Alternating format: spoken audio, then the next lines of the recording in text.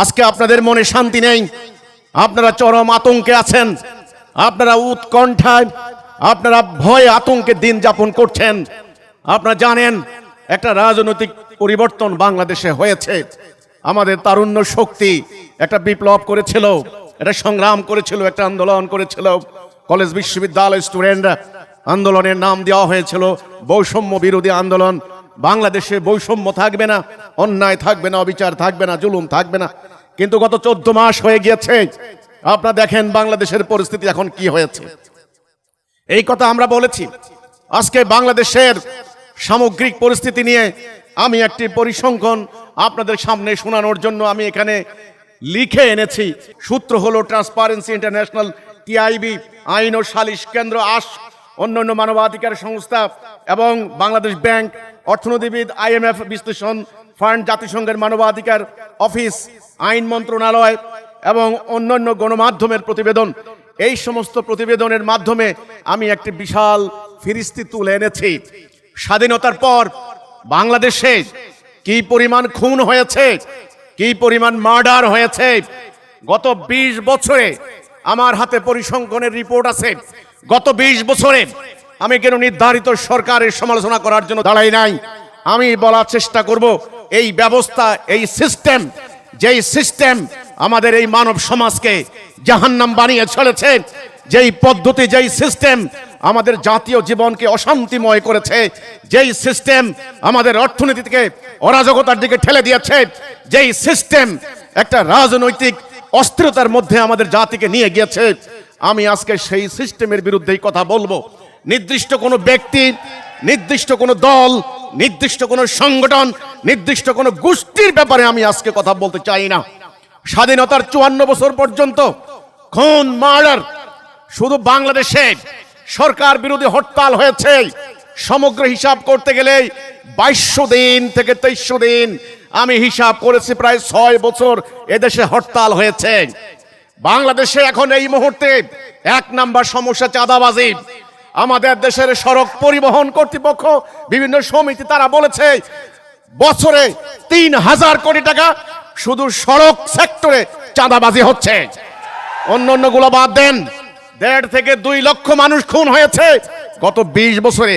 ধর্ষণ হয়েছে 2 থেকে 2.5 লাখ, এই হিসাব আমার কাছে আছে। 1.25 কোটি মামলা হয়েছে এই গত 54 বছরে। শুধুমাত্র বর্তমানে 45 লক্ষ মামলা পেন্ডিং। বাংলাদেশের $350 বিলিয়ন বিদেশে পাচার হয়েছে। প্রতি বছর 15 থেকে 17 বিলিয়ন ডলার পাচার হচ্ছে। আজকে তলাবিহীন ঝুড়িতে পরিণত হয়েছে বাংলাদেশ। এই দেশের মানুষ আজকে ভাত খেতে কষ্ট হবে আগামী দিন। আপনারা হতবাক হয়ে যাবেন।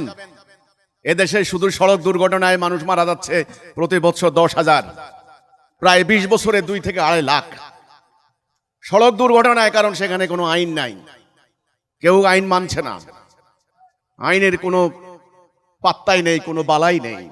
আমার কাছে সমস্ত পরিসংখ্যান আছে। অফিস আদালতে ঘুষ হচ্ছে প্রতি বছর, তারা অনুমান করেছেন 10,000 কোটি টাকা অফিসে ঘুষের লেনদেন হচ্ছে। বাংলাদেশ এই মুহূর্তে 1.25 লক্ষ কোটি টাকা বিদেশিকে সুদের টাকা সুদ করতে হচ্ছে।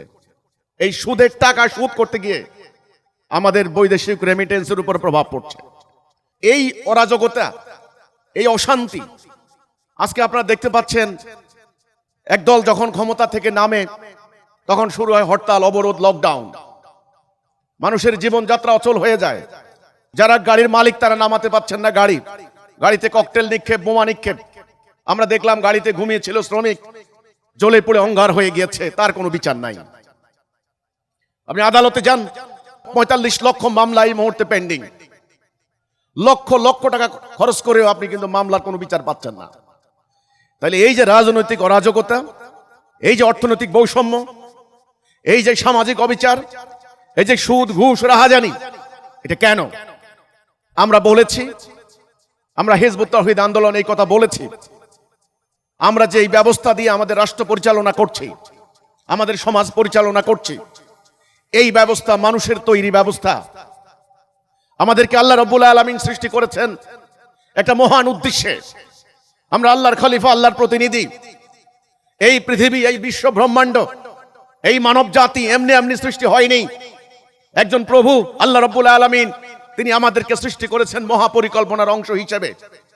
এই পৃথিবীতে যেন আমরা ন্যায়, সুবিচার, শান্তির মধ্যে থাকতে পারি, ঐক্য শৃঙ্খলার মধ্যে থাকতে পারি। আমাদের যেন যুদ্ধ না হয়, হানাহানি না হয়, মারামারি না হয়, অশান্তি না হয়। গুটি কয়েক লোক হাজার হাজার কোটি টাকার মালিক হয়ে যাচ্ছে, আর লক্ষ কোটি মানুষ অবর্ণনীয় কষ্ট করছে। এমন অরাজকতা যেন না হয়। সেজন্য আল্লাহ রাব্বুল আলামিন যুগে যুগে নবী রাসূলদের মাধ্যমে দ্বীন পাঠালেন, হেদায়া পাঠালেন। হেদায়া মানে হলো রাইট ডাইরেকশন, সঠিক পথ নির্দেশনা। আল্লাহর শেষ নবী হযরত মুহাম্মদ মুস্তাফা সাল্লাল্লাহু আলাইহি ওয়াসাল্লাম, উনাকেও যে উদ্দেশ্যে আল্লাহ পাঠিয়েছেন সেটা হচ্ছে সূরা ফাতহ 28, সূরা সফ 9, সূরা তওবা 33। আল্লাহ বললেন, ওয়াল্লাযী আরসালা রাসূলাহু বিল হুদা ওয়া দীনিল হক লিইয়ুযহিরাহু আলা দ্বীনি কুল্লিহি। আমি আমার রাসূলকে পাঠিয়েছি হেদায়া এবং সত্য দ্বীন দিয়ে, যেন অন্যান্য সমস্ত দ্বীনের উপরে এটাকে বিজয়ী করে, এটাকে জাহির করে, এটাকে গালেব করে। আল্লাহ রাসূল কষ্ট করে, গাছের লতা পাতা খেয়ে, শত্রুর আঘাতে আঘাতে জর্জরিত হয়ে তিনি আল্লাহর দেওয়া সত্য দ্বীন জাজিরাতুল আরবে কায়েম করে তিনি প্রমাণ দিলেন মানুষের শান্তির, মানুষের মুক্তির, মানুষের মধ্যে নেই বিচারের, বৈষম্যহীন সমাজ প্রতিষ্ঠার একমাত্র গ্যারান্টি আল্লাহর দেওয়া দ্বীন, দ্বীনুল হক। আল্লাহ রাসূল যখন আল্লাহর দেওয়া দ্বীন প্রতিষ্ঠা করলেন, আপনারা জানেন তার আগে আরবের জাহিলি সমাজ কেমন ছিল। সেখানে ঘরে ঘরে অশান্তি ছিল, অভাব দারিদ্র ছিল, মানুষের পেটে ভাত ছিল না, গোত্রে গোত্রে মারামারি হানাহানি চলতো। আরব সমাজ ছিল গোত্রীয় সমাজ। সুদ, ঘুষ, রাহাজানি, চুরি, ডাকাতি, অশ্লীলতা, বেহায়াপনা, মূর্তি পূজা ইত্যাদি সমস্ত অসামাজিক, অহেতুক, অনর্থক কার্যকলাপে আরববাসী নিপতিত ছিল, লিপ্ত ছিল। ওই সমাজে নবী করিম সাল্লাল্লাহু আলাইহি ওয়াসাল্লাম আল্লাহর দেওয়া দ্বীন কায়েম করে প্রমাণ করে দিলেন মানুষের শান্তির একমাত্র গ্যারান্টি আল্লাহর দেওয়া দ্বীন, দ্বীনুল হক। এই সাম্য, এই ন্যায় বিচার, এই মানবাধিকার প্রতিষ্ঠা করেছিল ইসলাম। আজকে আমরা যারা মুসলমান সারা পৃথিবীতে আমাদের সংখ্যা হচ্ছে প্রায় 240 কোটি। সমগ্র মানব জাতির মধ্যে আমরা প্রায় 31%, 31% আমরা 240 কোটি মুসলমান। আমাদের রাষ্ট্রের সংখ্যা হলো 57টা রাষ্ট্র। 57টা রাষ্ট্রে আমরা বিভক্ত। দেশের তেল সম্পদ, গ্যাস সম্পদ, যেটা সারা দুনিয়া চলে না, দুনিয়ার প্রযুক্তি চলে না, 70% আমাদের পায়ের নিচে। গতকালকে আমরা দেখলাম সৌদি বাদশা সালমান তিনি গিয়েছেন আমেরিকাতে। ডোনাল্ড ট্রাম্পের সঙ্গে চুক্তি হয়েছে $1 ট্রিলিয়ন চুক্তি, $1000 বিলিয়ন। কল্পনাও করা যায় না, যেখানে আমাদের রিজার্ভের ফান্ডের মাত্র $25 বিলিয়ন। $1000 বিলিয়ন চুক্তি করেছে আমেরিকা। ডোনাল্ড ট্রাম্প জানে সৌদি আরবের মাটির নিচে তেল, খনিজ সম্পদ, যে তেল ছাড়া, গ্যাস ছাড়া আধুনিক প্রযুক্তি চলে না। আমরা 240 কোটি মুসলমান, 57টা রাষ্ট্রে বিভক্ত। আমাদের সামষ্টিক সেনাবাহিনীর সংখ্যা আছে শুধু 1,50,00,000 মতো। আজকে দেখুন দুনিয়াতে আমরা নিপীড়িত, আমরা লাঞ্ছিত। আমাদের 8 কোটি মুসলমান উদ্বাস্তু। গত 2 বছরে 1 লক্ষ ফিলিস্তিনকে ধ্বংস করে দিয়েছে, হত্যা করেছে। এর মধ্যে 60,000 নারী এবং শিশু।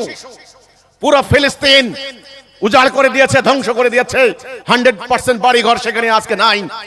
আজকে মানবাধিকার সংস্থা জাতিসংঘ নীরব। আমাদের বাড়ির কাছের মিয়ানমারের 24 লক্ষ মুসলমানকে তাড়িয়ে দিয়েছে। মুসলমানদের যে রাখাইন রাজ্য, সে রাখাইন রাজ্যের প্রায় 36,000 বর্গ মাইলের রাখাইন রাজ্য মুসলমানদের এলাকা। সেখানে মুসলমানরা নাই, সেখানে আরাকান আর্মি দখল করে নিয়ে মুসলমানদেরকে তাড়িয়ে দিয়েছে।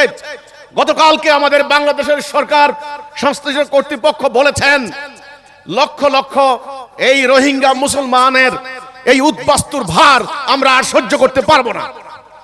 তাহলে মুসলমানের এই অবস্থা কেন? আর আমি বাংলাদেশের রাজনৈতিক, অর্থনৈতিক কথা বললাম। হাজার হাজার মানুষ এ পর্যন্ত শুধু রাজনৈতিক সংঘর্ষে মারা গিয়েছেন।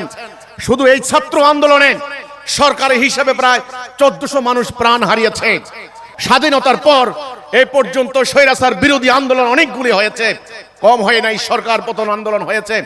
এ পর্যন্ত 12টি সংসদ নির্বাচন হয়েছে। ফেব্রুয়ারিতে যে নির্বাচন হওয়ার কথা সেটার নাম ত্রয়োদশ সংসদ নির্বাচন। প্রত্যেকটা নির্বাচনে হাজার হাজার কোটি টাকা খরচ করা হচ্ছে। রাষ্ট্রকে কে চালাবে? জাতির প্রতিনিধি নির্বাচনের ক্ষেত্রে শেখ হাসিনা 10,000 কোটি টাকা 3টা নির্বাচনে ব্যয় করেছে। এইবারে ইন্টারিম গভর্নমেন্ট সরকারের কাছে দাবি করেছে নির্বাচন করতে হলে 3,000 কোটি টাকা দিতে হবে। আমি বলতে চাই, হাজার হাজার কোটি টাকা খরচ করে আপনারা নির্বাচন করছেন, সরকার পরিবর্তন করছেন, গণতান্ত্রিকভাবে নির্বাচিত সরকার ক্ষমতায় যায়, কয়েকদিন পরে ফ্যাসিস্ট হয়ে যায়, স্বৈরাচার হয়ে যায়। একটা কথা আমরা জানি যে যায় লঙ্কা সে হয় রাবণ। এই রাবণ তৈরির কারখানা আমরা আর কতদিন চালাবো? আজকে মুসলমান বাংলাদেশ একটা কঠিন সংকটের মধ্যে এসে দাঁড়িয়েছে। আজকে সবাই আতঙ্কিত। আন্তর্জাতিক ষড়যন্ত্র এবং আঞ্চলিক ষড়যন্ত্র, আজকে আমাদের সরকারও কঠিন একটা নিরাপত্তা সংকটের মধ্যে পড়েছে। অনেকে আশঙ্কা করছেন বাংলাদেশের ঐক্য, সংহতি, স্বাধীনতা, সার্বভৌমত্ব ধ্বংস হয়ে যেতে পারে। এখন তাহলে আগামীতে কি করবেন? আমরা ঋণের জ্বালায় জর্জরিত, আমাদের প্রায় বিলিয়ন বিলিয়ন ডলার ঋণ। আমরা হিজবুত তাওহীদ আন্দোলন পরিষ্কার করে বলতে চাই, আমরা আল্লাহ সুবহানাহু ওয়া তাআলা, আল্লাহ রাব্বুল আলামিনের পক্ষ থেকে হেদায়েত পেয়েছি, রাইট ডাইরেকশন পেয়েছি, আমরা সত্য পেয়েছি, আমরা মুক্তির পথ পেয়েছি। গত 30টি বছর আমরা নিজের পকেটের টাকা খরচ করে, নিজেদের গাড়ির তেল পুড়িয়ে, নিজেদের কষ্টার্জিত অর্থ ব্যয় করে আমরা এই মহা সত্য দ্বীনুল হক, মানুষের মুক্তির কথা আমরা বলে যাচ্ছি। আমাদের আন্দোলনের প্রতিষ্ঠাতা টাঙ্গাইলের ঐতিহ্যবাহী জমিদার পন্নী পরিবারের উত্তরসূরি ইমামুজ্জামান জনাব মোহাম্মদ ফয়েজেদ খান পন্নী সত্যের মূর্ত প্রতীক। জীবনে কোনো মিথ্যা বলেননি, কোনো অপরাজনীতি করেননি, কারো কাছ থেকে 2 টাকা তিনি খাননি। তিনি মানুষদেরকে ধর্মের শিক্ষা দিয়েছেন। আল্লাহ রাব্বুল আলামিন আমাদেরকে সৃষ্টি করেছেন মহা পরিকল্পনার অংশ হিসেবে। আমরা কিভাবে চললে, কোন অর্থনীতি গ্রহণ করলে, কোন বিচার নীতি গ্রহণ করলে, কোন রাষ্ট্রনীতি গ্রহণ করলে, কোন শিক্ষানীতি গ্রহণ করলে আমাদের মানুষগুলি সুখে থাকবে, শান্তিতে থাকবে, সেই ব্যবস্থা, সেই সিস্টেম আল্লাহ দিয়েছেন। আল্লাহ রাসূলকে আল্লাহ দ্বীনুল হক দিয়ে পাঠিয়েছেন। সেই দ্বীনুল হক প্রতিষ্ঠা করে আল্লাহ রাসূল শান্তি কায়েম করেছেন। আজকে বাংলাদেশের মানুষ হতাশ, রাজনৈতিক দলের নেতাকর্মীরা ভীত সন্ত্রস্ত, হতাশ। কোন দলের নেতাকর্মী আজ শান্তিতে নাই। নিজের দলের লোকদেরকে নিজেরা হত্যা করছে। কয়েকদিন আগে পল্লবী থানায় প্রকাশ্যে এক রাজনৈতিক দলের কর্মীকে আরেক কর্মী হত্যা করেছে। এটা হলো বাংলাদেশের বাস্তবতা। এমত অবস্থায় মানুষ মুক্তির পথ পাচ্ছে না। এদেশের কৃষক, শ্রমিক জনতা, এদেশের মুক্তিকামী জনতা, এদেশের ছাত্র জনতা, দেশের আলেম ওলামা, পীর মাশায়েখ, শিক্ষক বৃন্দ, আমি সবাইকে বলতে চাই, এই অশান্তির মধ্যে পড়ার একটা মাত্র কারণ, আমরা আজকে আল্লাহর দেওয়া দিন প্রত্যাখ্যান করেছি, আমরা ওদের দেওয়া জীবন ব্যবস্থা গ্রহণ করেছি। বাংলাদেশের যারা রাজনীতি করছেন, আপনারা এতদিন ধরে মানুষের তৈরি এই গণতান্ত্রিক ব্যবস্থা, তথাকথিত গণতান্ত্রিক ব্যবস্থা, সো কল ডেমোক্রেটিক সিস্টেম, পুঁজিবাদী অর্থনৈতিক ব্যবস্থা আপনারা গ্রহণ করেছেন। রক্ত দিয়ে মানুষের তৈরি এই ব্যবস্থা কার্যকরী করেছে। ব্রিটিশরা 300 বছর আমাদেরকে শাসন করেছে, শোষণ করেছে, লুণ্ঠন করেছে, ট্রিলিয়ন ট্রিলিয়ন ডলার তারা লুণ্ঠন করেছে। আজকে তারা উন্নত রাষ্ট্র, আমাদের রক্তের উপর দাঁড়িয়ে তারা উন্নত হয়েছে। তারা 47 সালে চলে যাওয়ার পর আমাদের এখানে কামড়া কামড়ির রাজনীতি লাগিয়ে দিয়েছে। এই রাজনীতি প্র্যাকটিস আমরা করতে পারি না। এই রাজনীতির ফলাফল কি হয়েছে? যারা এই ক্ষমতায় যাচ্ছেন ট্রিলিয়ন ট্রিলিয়ন ডলার বিদেশে পাচার করে দিচ্ছেন, স্বজন প্রীতি করছেন। 5 বছর ক্ষমতায় থাকার পর আপনাদেরকে আজকে গণতন্ত্রের মূলা ঝুলিয়ে দেওয়া হচ্ছে। কিছু মুখরোচক কথা, কিছু টেস্টি খাবার আপনাদের জিহ্বায় লাগিয়ে দেওয়া হচ্ছে। তারা বলে গণতন্ত্র মানবাধিকারের কথা বলে, ভোটাধিকারের কথা বলে, নেই বিচারের কথা বলে, কিন্তু 54 বছর আমরা কি ভোটাধিকার পেয়েছি? এটা হলো মূলা। দ্য নিউ এজের সম্পাদক জনাব নুরুল কবির গতকালকে বলেছিলেন একটা সাক্ষাৎকারে, গণতন্ত্র নামক এই বাচ্চার কোনো জন্মই হয় নাই বাংলাদেশে। এতদিন গণতন্ত্রের কথা বলা হয়েছে। আমি বলতে চাই, নির্বাচনের দিন একদিন জনগণের মাথায় কাঁঠাল ভেঙে 5 বছরের জন্য এই বাংলাদেশ থেকে তারা ইজারা নিয়ে নেয়। একবার ব্রিটিশ চিরস্থায়ী বন্দোবস্ত করে আমার বাংলার জমিনকে চিরস্থায়ী বন্দোবস্তের মাধ্যমে জমিদারদের কাছে সম্পত্তি ইজারা দিয়েছিল, এটার নাম চিরস্থায়ী বন্দোবস্ত। ঠিক তেমনি ব্রিটিশ চলে গিয়েছে, তাদের তৈরি করা রাজনৈতিক ব্যবস্থা যারা কায়েম রাখতে চায়, মানুষের তৈরি এই ব্যবস্থা, তারা 5 বছরের জন্য এই দেশটাকে জমিদারি তালুত মনে করে।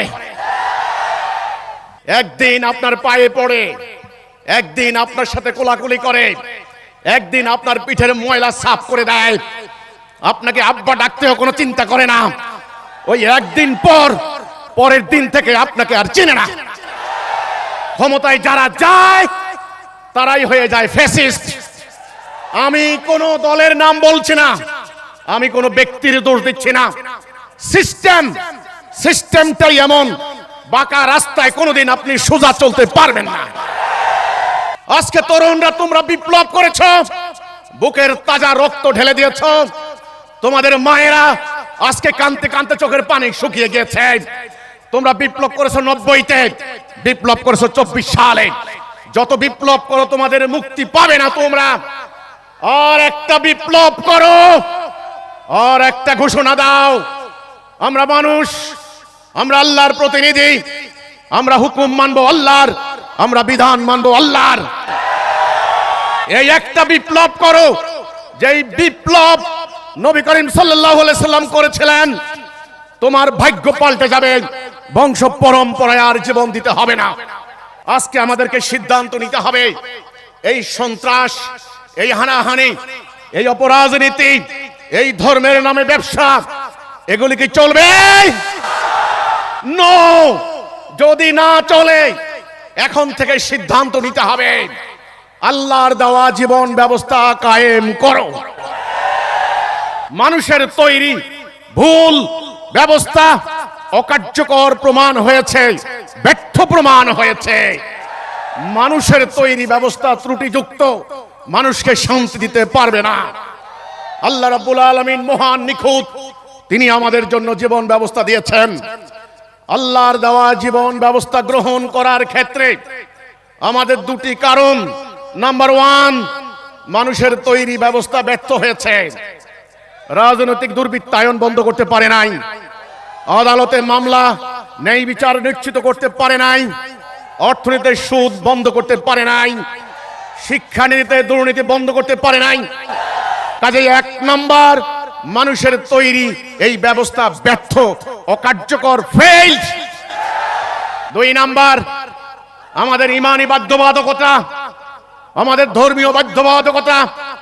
আমরা মুমিন, আমরা আল্লাহকে বিশ্বাস করি। আযান দিলে আমরা নামাজ পড়তে যাই, রমজান মাসে রোজা রাখি, হজের মাসে আমরা হজ করতে যাই। আমরা আল্লাহকে বিশ্বাস করি, আমরা যাকাত দেই, আমরা পবিত্র কোরআন তেলাওয়াত করি, যেই কোরআন আল্লাহর নাযিল করা বিধান।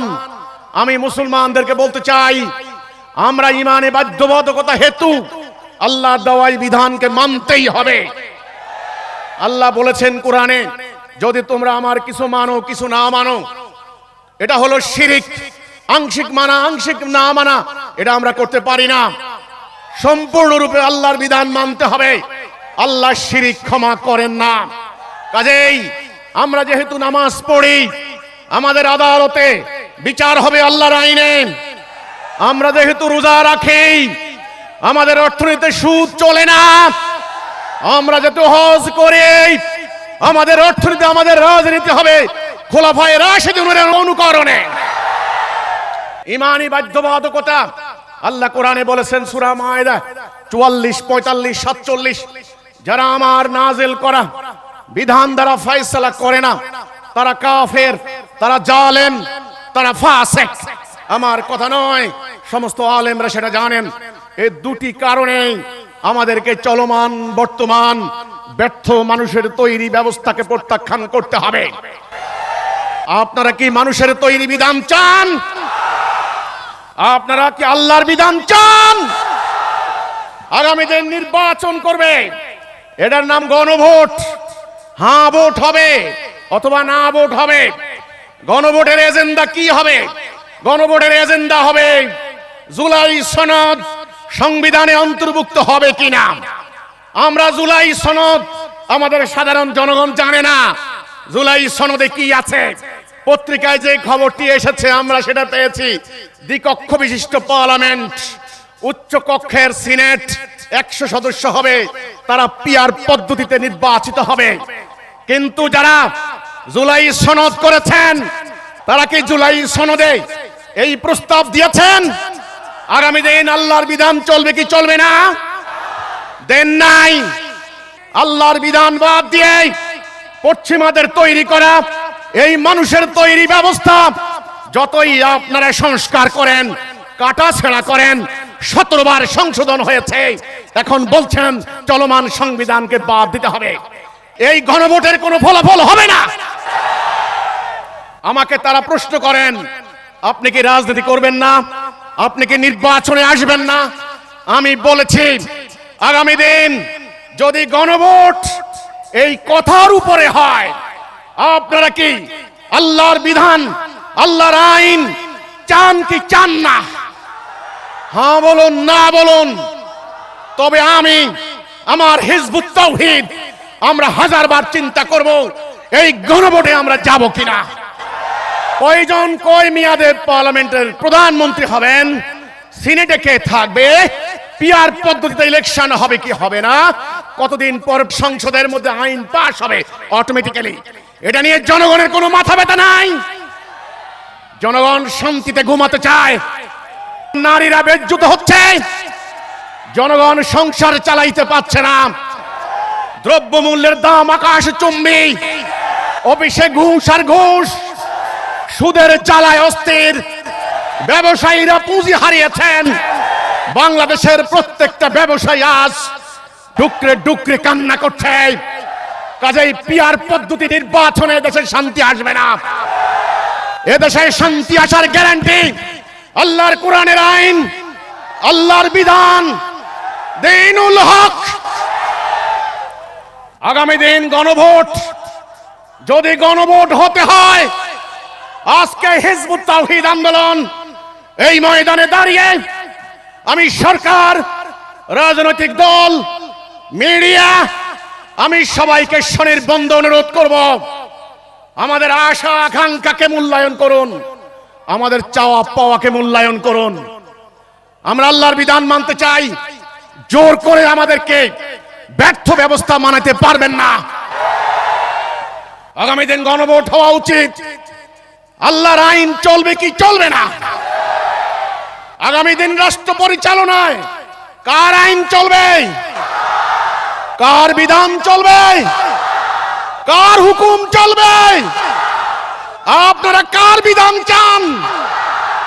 আমরা আল্লাহর বিধান চাই, আমরা মানুষের বিধান চাই না। আপনারা কি মানুষের বিধান চান? আপনারা কি সুদ চান? আদালতে ব্রিটিশের আইন চান? বর্তমান রাজনীতি চান? এই হাজার হাজার জনতার ভোট আপনাদের কি নজরে আসবে না? আসবে ইনশাআল্লাহ। হিজবুত তাওহীদ অরাজনৈতিক আন্দোলন। আপনারা বলেন আমরা রাজনীতি কেন করি না? কিসের রাজনীতি করব? এই খাসার ভিতরে আর ঢুকবো না। এই খাসার ভিতরে যারাই ঢুকেছে তারাই স্বৈরাচার, প্রতারক হয়েছে। মিথ্যাবাদী হয়েছে। ইলেকশন ইঞ্জিনিয়ারিং কাকে বলে শিখেছে, গুজব রটনা করা শিখেছে, মিথ্যা বলা শিখেছে। এই সিস্টেম সৎ লোককে অসৎ বানিয়েছে। আমরা এই সিস্টেম মানি না, মানুষের আইন মানি না, মানি না।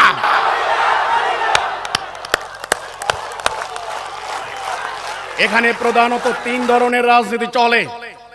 একটা হলো ধর্মকে নিয়ে রাজনীতি, আর একটা হলো সেকুলার গণতান্ত্রিক রাজনীতি, আর একটা হলো বাম আদর্শের উপরে রাজনীতি।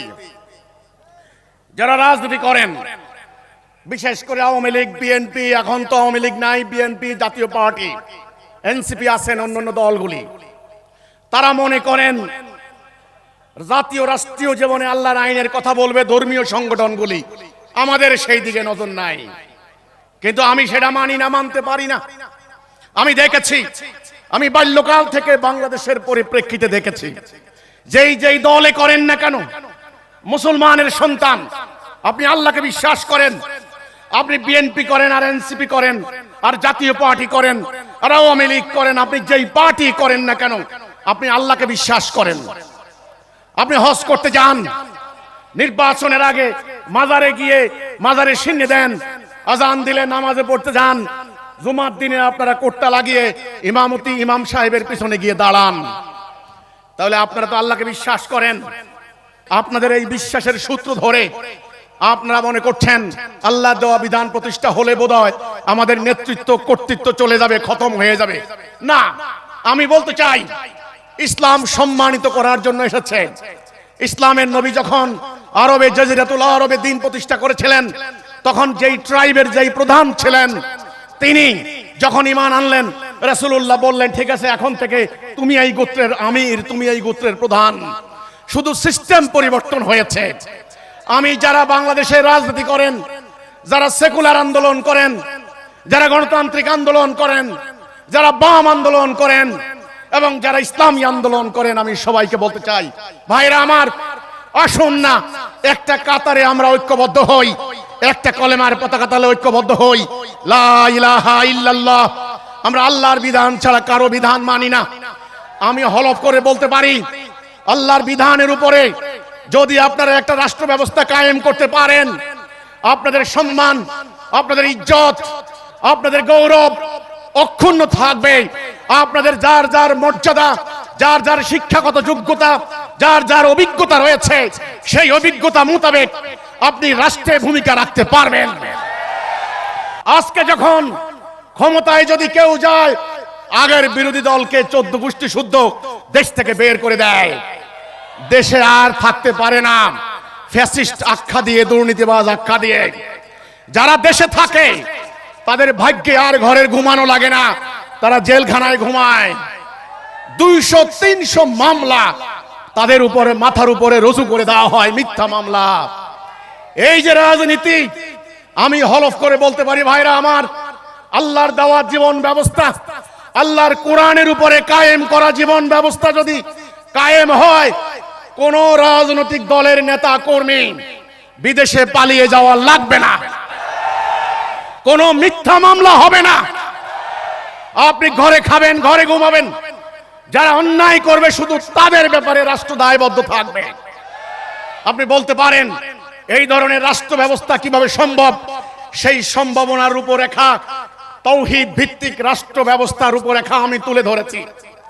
আমি সাধারণ মানুষ, আমি গুনাহগার, কিন্তু আমি মুসলমান। আমি আল্লাহর প্রতি ঈমান রাখি, আমার নবীজির প্রতি ঈমান রাখি। আমি বিশ্বাস করি আল্লাহ হক, আল্লাহর কোরআন হক, আল্লাহর নবী হক, শেষ নবী, আখেরি নবী হক, সত্য। তিনি রাষ্ট্রপ্রধান ছিলেন, মানব ইতিহাসের সফলতম রাষ্ট্রনায়ক। আল্লাহ রাসূল 12.5 লক্ষ বর্গমাইল এলাকায় সাফল্যজনকভাবে রাষ্ট্র পরিচালনা করেছেন। মানুষ শান্তিতে ঘুমিয়েছে। একা একটা মেয়ে মানুষ রাতের অন্ধকারে চলে গিয়েছে, কোনো ভয় নাই, কোনো ঘুষ দুর্নীতি ছিল না। এমন একটি রাষ্ট্র ব্যবস্থা তিনি কায়েম করেছেন। তিনি সেনাবাহিনীর প্রধান ছিলেন, সামরিক বাহিনী পরিচালনার নিয়ম শৃঙ্খলা তিনি প্রবর্তন করেছেন আল্লাহ দেওয়া নীতি মোতাবেক। তিনি প্রধান বিচারপতি ছিলেন। কাজেই বর্তমান এই রাষ্ট্র ব্যবস্থায় আল্লাহর দেওয়া সেই ঐশী বিধানের উপরে ভিত্তি করা কোরআন এবং সুন্নাহর উপরে ভিত্তি করা রাষ্ট্র ব্যবস্থার রূপরেখা কেমন হতে পারে সেটা আমি এই বইতে তুলে ধরেছি। আমাদের যারা উলামায়ে কেরাম রয়েছেন, আমাদের আলেম উলামারা, দুঃখজনক হলেও সত্য কথা এই, নানান কারণে আমরা বিভিন্ন দলে ফেরকায় বিভক্ত হয়ে গিয়েছি। আজকে আমাদের বাংলাদেশের 5.5 লক্ষ মসজিদ, হাজার হাজার মাদ্রাসা, লক্ষ লক্ষ মাদ্রাসার স্টুডেন্ট, কোনটা আলিয়া মাদ্রাসার, কোনটা কওমি মাদ্রাসার। আপনারা শিক্ষকতা করছেন মাদ্রাসায়, ইমামতি করছেন মসজিদে, মাহফিল ওয়াজ মাহফিল করছেন। এই শীতকালে লক্ষ লক্ষ মানুষ আপনাদের মাহফিল শোনেন। আমি আলেমদেরকে বলতে চাই, সম্মানিত উলামায়ে কেরাম, এই জাতিকে আল্লাহর তাওহীদের দিকে ডাক দেন। আপনারা মিম্বরে দাঁড়িয়ে যারা মুসল্লি আসেন, মুসল্লিদের সামনে বর্তমান চলমান এই রাজনৈতিক ব্যবস্থা বাদ দিয়ে আল্লাহর দেওয়া ব্যবস্থা গ্রহণ করার তাৎপর্য বুঝান। যারা মাহফিলে বক্তব্য দেন, ভালো ভালো বক্তা সুন্দর সুন্দর বয়ান করেন, আপনারা দয়া করে এক ফেরকা আরেক ফেরকার বিরুদ্ধে ছোট্টখাট্ট মাসলা মাসাইলগত বিরোধ নিয়ে, সামান্য আকীদাগত বিরোধ নিয়ে এক গোষ্ঠী আরেক গোষ্ঠীর বিরুদ্ধে বাহাস বিতর্ক না করে, এক গ্রুপ আরেক গ্রুপের মুন্ডুপাত না করে, ধর্মপ্রাণ মানুষের সামনে ইসলামের সুমহান আদর্শ তুলে ধরুন, মানুষকে বুঝান। আল্লাহ দেওয়া কোরআনের আইন না মানলে মানুষের ঈমান থাকে না। আজকে আমরা বিরাট বিরাট সম্মেলন করি, অমুককে কাফের ঘোষণা করতে হবে, অমুককে অমুসলিম ঘোষণা করতে হবে। ভাইরা আমার, আলেমরা নিশ্চয়ই জানেন আল্লাহ কোরআনে বলেছেন, যারা আল্লাহর কোরআনের আইন দ্বারা বিচার করে না তারা কাফের। আজকে আমাদের এই 18 কোটি মানুষ, 71 সালের পর দেশ স্বাধীন হয়েছে, আমাদের 92% মুসলমান। আমরা মানবো আল্লাহর আইন, আমাদের আদালতে বিচার হবে আল্লাহর আইনে, আমাদের অর্থনীতিতে সুদ থাকবে না, সেখানে আমরা আল্লাহর হুকুম মানতে পারছি না। এই ধাপ্পাবাজের রাজনীতি আমাদেরকে ধ্বংস করে দিয়েছে। আপনারা আমাদের সাথে বলছেন সব সমস্যার সমাধান দিতে পারে ইসলাম। তুমি কে, আমি কে, মুমিন মুসলিম, আমার তোমার কলেমা লা ইলাহা ইল্লাল্লাহ, আল কোরআন আমাদের জীবন বিধান। এই কথা আপনারা বলছেন কয়েক হাজার লোক, কিন্তু 18 কোটি মানুষ, তাদের আজ আকীদা ভিন্ন, তাদের কোটি কোটি ভোটার। এই বছর 13 কোটি ভোটার হয়েছে, প্রায় 13 কোটি ভোটার। এই 13 কোটি ভোটারকে এক একটা ভোটার যেন এক একটা রাজনৈতিক দলের কাস্টমার। এদেরকে কালেকশন করার জন্য, এদেরকে ধরে নিয়ে, ধরে বেঁধে, টাকা দিয়ে বুঝিয়ে যেমনি হোক ভোট কেন্দ্রে নেওয়ার জন্য মরিয়া হয়ে গিয়েছে এই 13 কোটি ভোটার। তারা কি এই সিদ্ধান্ত নিয়েছে? তোমার আমার সংবিধান আল কোরআন, আল কোরআন, তারা কি এই কথা বলেছে? আজকে এই জাতিকে এই কথা বলতে হবে। তোমরা, আল্লাহ তোমাদেরকে দায়িত্ব দিয়েছেন। আমি আলেম সাহেবদেরকে উদ্দেশ্য করে বলতে চাই, মুহতারাম উলামায়ে কেরাম, আমরা আপনাদেরকে সম্মান করি, শ্রদ্ধা করি, আপনাদের সাথে আমাদের কোনো বিদ্বেষ নাই, আল্লাহ না করে। কিন্তু আমরা যেটা বলি নাই, আমি যেটা বলি নাই, করি নাই, যেটা আমার আকীদা নয়, বিশ্বাস নয়, এমন এমন মিথ্যা, ডাহা মিথ্যা একটা নির্দিষ্ট গোষ্ঠী রচনা করে দিয়েছে, সোশ্যাল মিডিয়াতে প্রচার চালিয়ে আমাদের নামে একটা প্রোপাগান্ডা সৃষ্টির চেষ্টা করেছে। আমি আপনাদেরকে সনির্বন্ধ অনুরোধ করতে চাই, আপনারা এখন থেকে মসজিদের মিম্বরে বসে যারা মুসল্লি আছেন, মুসল্লিদেরকে আল্লাহর বিধান মানার পক্ষে অনুপ্রাণিত করুন।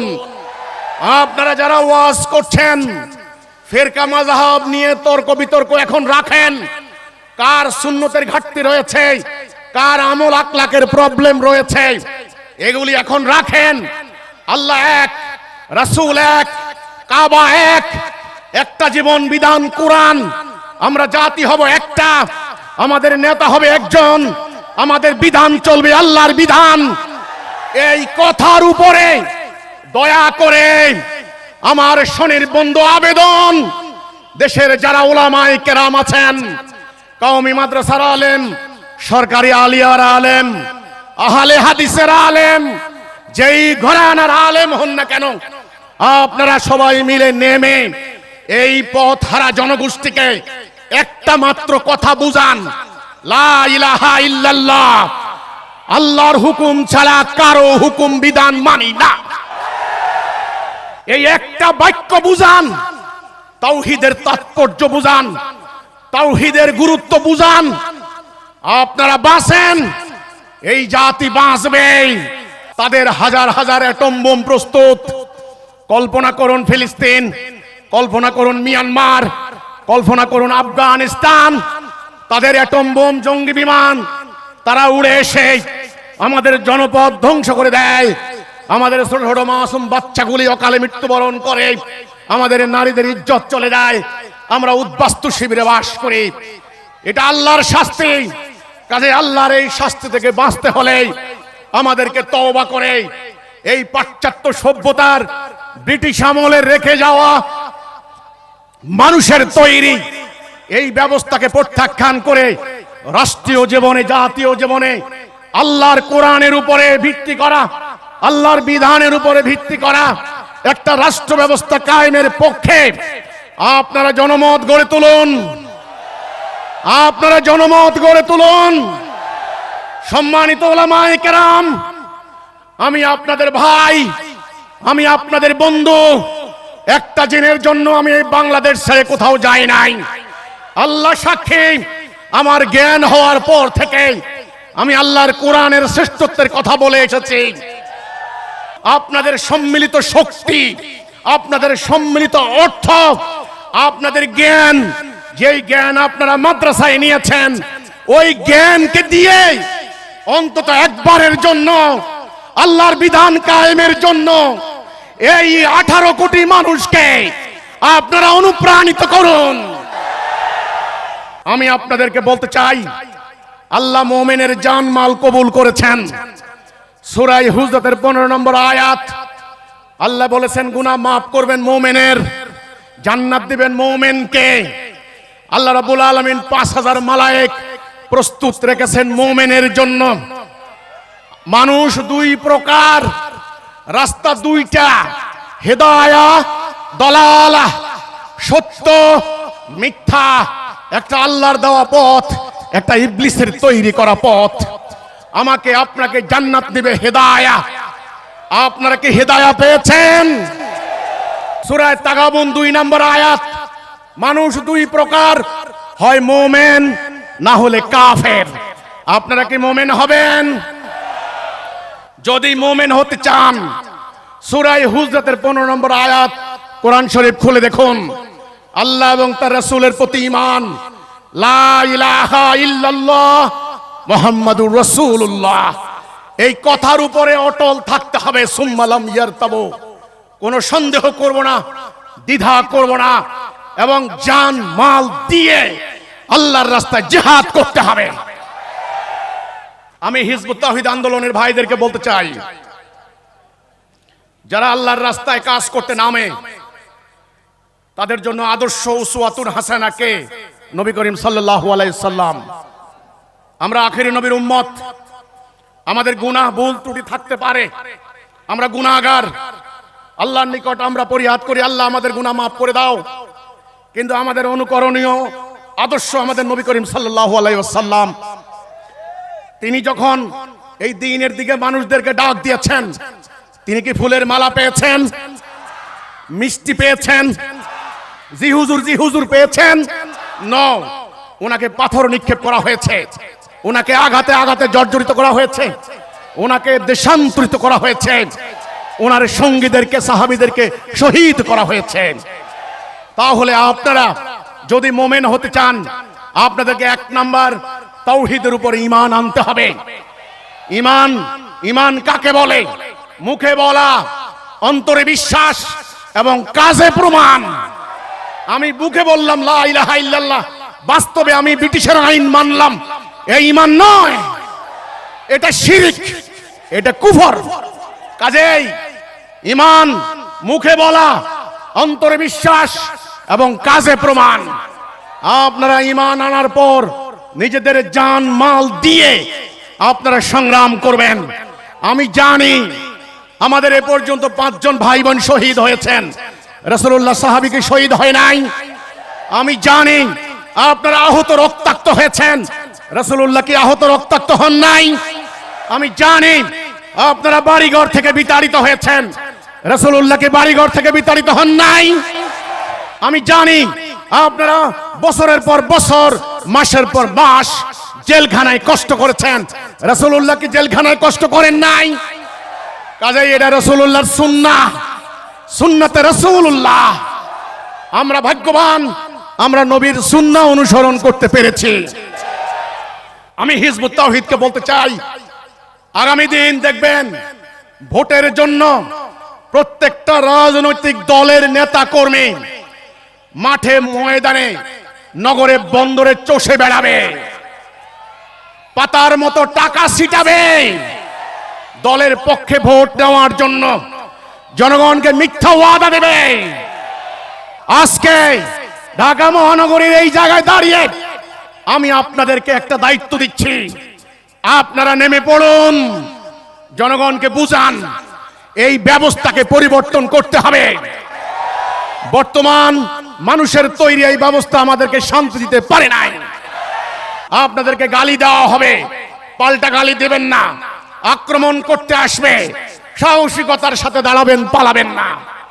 আর আমরা সোশ্যাল মিডিয়াতে আপনারা সংযত হয়ে কথা বলুন, কোন ব্যক্তিকে, কোন গোষ্ঠীকে আপনার মতের সঙ্গে না মিললে আক্রমণাত্মক কথা বলবেন না, অশ্লীল কথা বলবেন না। এটা ইসলামের শিক্ষা নয়, এটা নবীর শিক্ষা নয়। যারা আক্রমণাত্মক কথা বলবে, অশ্লীল কথা বলবে, তারা তাদের আমল নষ্ট করবে, আপনি নষ্ট করবেন না। সম্মানিত ভাই ও বোনেরা, আল্লাহর পক্ষ থেকে আমরা কর্মসূচি পেয়েছি। এই কর্মসূচি আমাদের মুক্তির সনদ। আল্লাহ রাসূল বলেছেন, আল্লাহ আমাকে 5টি কাজের আদেশ দিচ্ছেন, আমি তোমাদেরকে দিয়ে যাচ্ছি। 1 নম্বরে তোমরা ঐক্যবদ্ধ হও। আল্লাহ কোরআনে বলেছেন, ওয়াতাসিমু বিহাবলিল্লাহি জামিআ ওয়া লা তাফাররাকু। হে মুসলমান, কোরআনের এই নির্দেশ, কোরআনের এই আদেশ থাকার পরেও তোমরা কিভাবে টুকরা টুকরা হয়ে এক ভাই আরেক ভাইকে হামলা করছো? এটা কি ইবলিসের ষড়যন্ত্র নয়? এটা কি শয়তানের ষড়যন্ত্র নয়? তাহলে 1 নাম্বারটা কি? ঐক্য। এটা রাসূলুল্লাহর নির্দেশ, কোরআনের নির্দেশ। 2 নাম্বার ডিসিপ্লিন। 3 নাম্বার আনুগত্য। একজন নেতার আনুগত্য করতে হবে, যেই নেতা আল্লাহর বিধান দিয়ে, আল্লাহর কোরআনের আইন দিয়ে আমাদেরকে পরিচালিত করবেন। যেই নেতা আমাদেরকে ফেলে পালিয়ে যাবেন না, যেই নেতা স্বজনপ্রীতি করবেন না, যেই নেতা এবং তার অনুসারীরা, তার অ্যাসোসিয়েট, দলের নেতা কর্মী হাজার হাজার কোটি টাকা মেরে পালিয়ে যাবে না। যেই নেতার অনুসারীরা নেতার জন্য আল্লাহর কাছে দোয়া করবে, নেতা তাহাজ্জুদ নামাজ পড়ে কর্মীর জন্য দোয়া করবে, আপনারা এমন নেতার আনুগত্য করবেন। আমাদের নেতা হবেন কয়জন? আমরা জাতি হব কয়টা?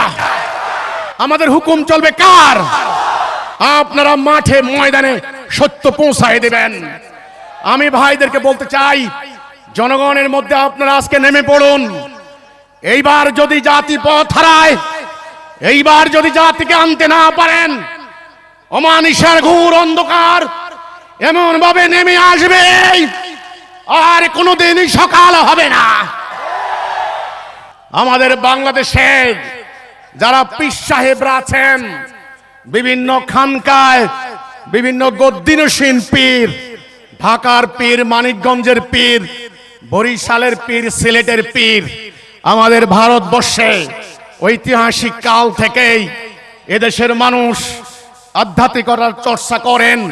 ইসলাম, শরীয়ত এবং মারেফতের সমন্বিত একটা ভারসাম্যপূর্ণ জীবন ব্যবস্থা।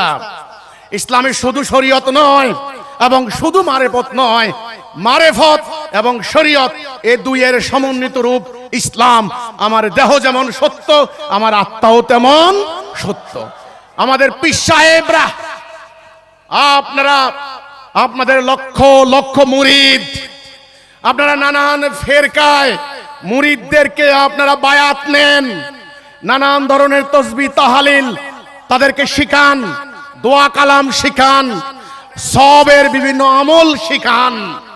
আমি আপনাদেরকে বলতে চাই, মোহতারাম পীর সাহেবরা, আজকে আমাদের জাতির ভাগ্য আকাশে দুর্যোগের ঘনঘটা।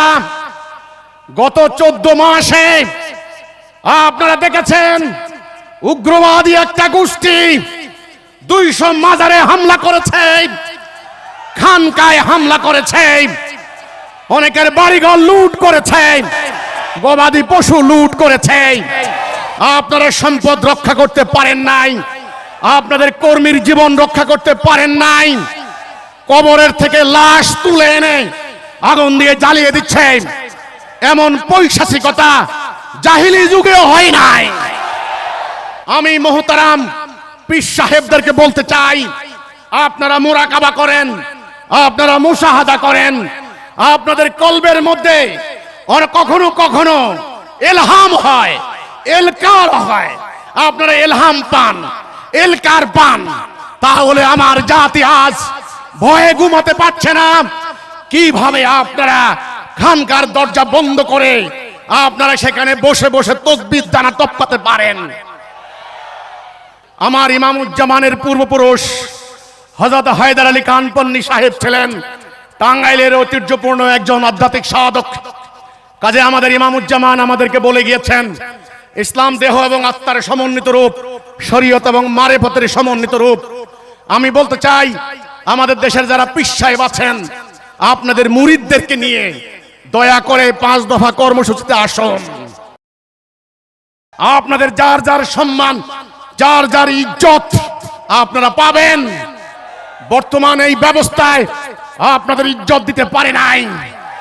আমার নবী 78টা যুদ্ধ করেছেন, গাছের লতা পাতা খেয়েছেন, শত্রুর আঘাতে আঘাতে জর্জরিত হয়েছে, ওনার মাথায় লোহার হেলমেট ঢুকে মস্তক টুকরা টুকরা হয়েছে। মায়ের খাওয়া কি সুন্নত নয় কি? নাকি খালি মিষ্টি খাওয়া সুন্নাত? মোহতারাম পীর সাহেবরা যারা খানকায় বসে আধ্যাত্মিক সাধনা করছেন, আপনাদের সাধনা ব্যর্থ হবে।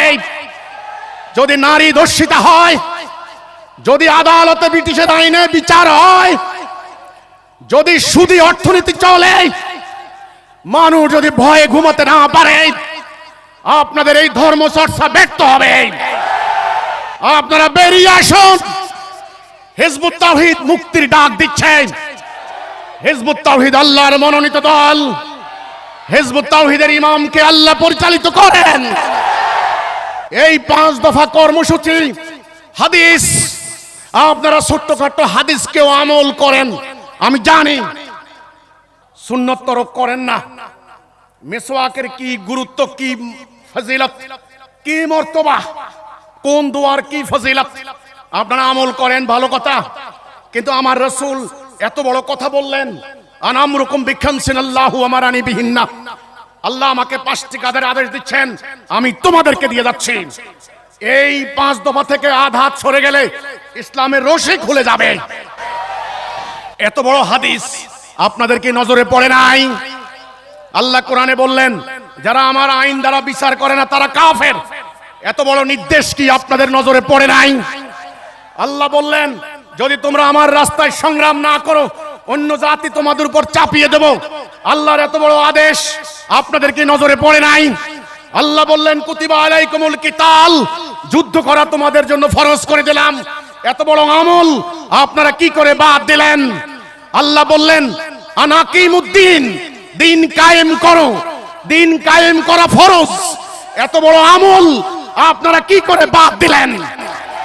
ছোট্ট ছোট্ট মেসওয়াকের সুন্নত আপনারা বাদ দিচ্ছেন না, তাহলে সম্মানিত পীর সাহেব এবং তাদের মুরিদানদেরকে আমি বলতে চাই, ইজ্জত রক্ষা করার জন্য, খানকা রক্ষা করার জন্য, মর্যাদা রক্ষা করার জন্য, ধর্মীয় বিশ্বাসকে হেফাজত করার জন্য আসুন তাড়াতাড়ি একটা তাওহীদের পতাকা তলে ঐক্যবদ্ধ হই।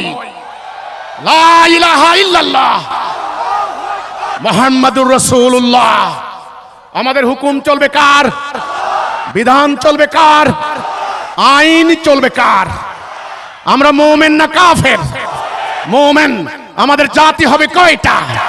একটা। এনসিপির একজন সমন্বয়কের সঙ্গে কথা বলছিলাম, কথা প্রসঙ্গে আমি ওই ছেলেকে বলছিলাম, বাপু তোমরা তো আন্দোলন করলে, বৈষম্য বিরোধী আন্দোলন, বুকে রক্ত দিলে, বুলেট খেলে।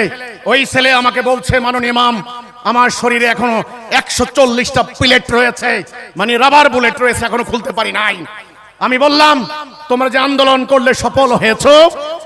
ও বলল না, এখনো তো কোনো সফলতা দেখি না। আমি বললাম দেখবা না, এই ব্যবস্থা পরিবর্তন করতে হবে। তুমি না মুসলমান, তুমি না আল্লাহর প্রতি ঈমান আনো, তাহলে আল্লাহর কোরআনের বিধান বাদ দিয়ে মানুষের তৈরি বিধান মানছো কেন?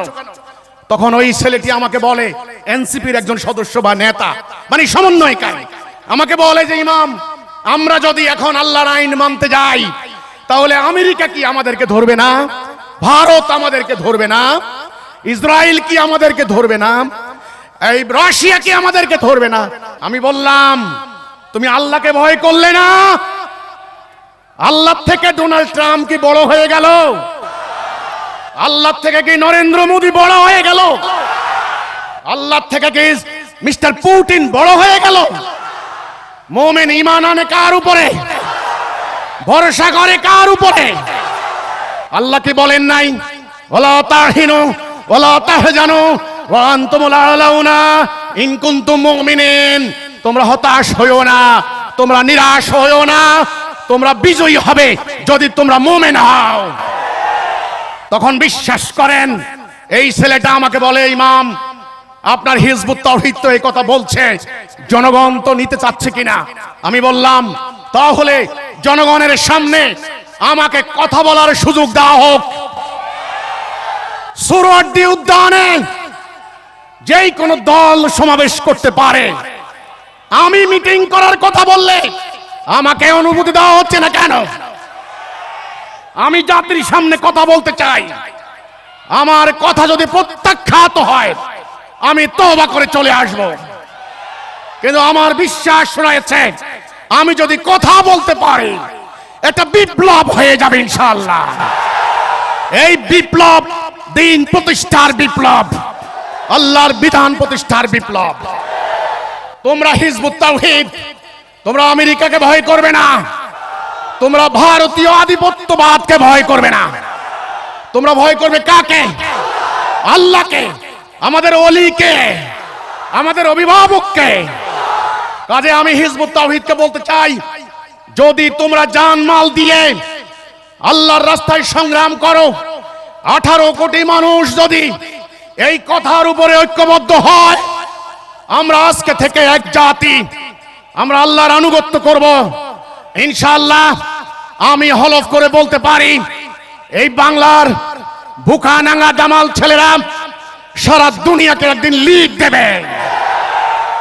সভ্যতায়, জ্ঞানে, বিজ্ঞানে, প্রযুক্তিতে ইসলাম হবে দুনিয়ার মানুষের জন্য অনুকরণীয়, অনুসরণীয় আদর্শ। আজকে বিভিন্ন নারী আন্দোলন হচ্ছে, বিভিন্ন পক্ষে বিপক্ষে কথা হচ্ছে।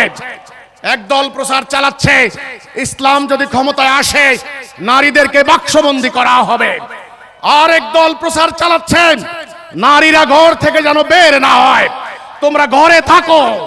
যারা বাংলাদেশে ধর্ম নিয়ে রাজনীতি করে তারা ইসলাম নারীকে কতখানি স্বাধীনতা দিয়েছে, ইসলাম কতখানি উদার, ইসলাম কতখানি বিজ্ঞান সম্মত, ইসলাম কতখানি মানবতার মুক্তির কথা বলে, তারা এই ব্যাপারটা দেবত্বহীন কণ্ঠে তুলে ধরতে ব্যর্থ হয়েছেন।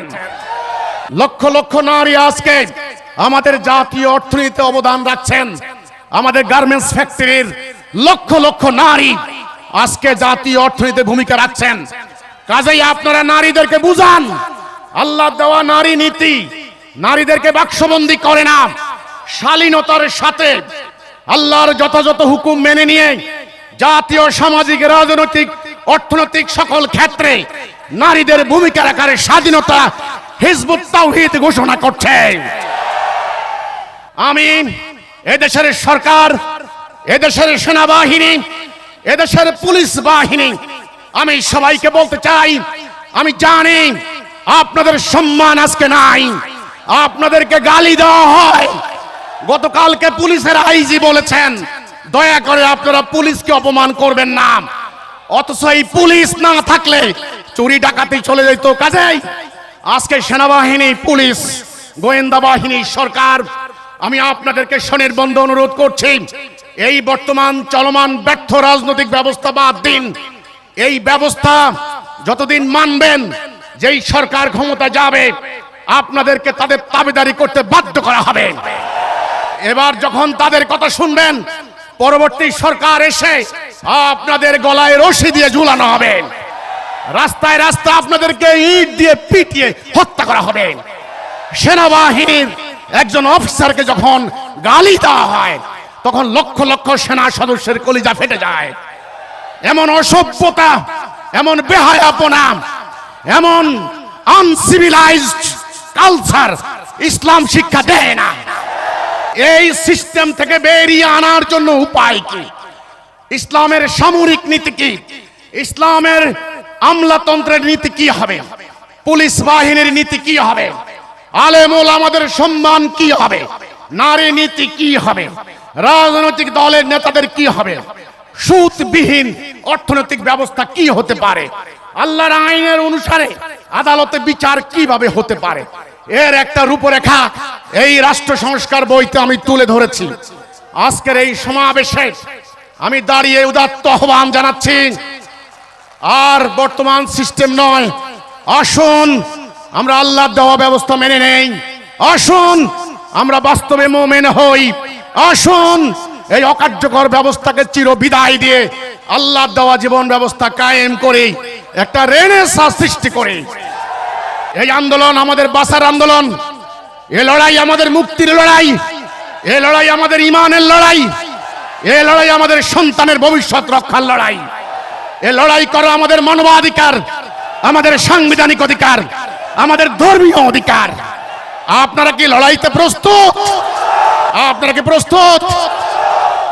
আপনারা আমাদের জন্য দোয়া করবেন, আল্লাহ রাব্বুল আলামিন যেন জীবনের শেষ পর্যন্ত আমাদেরকে কায়েম রাখেন।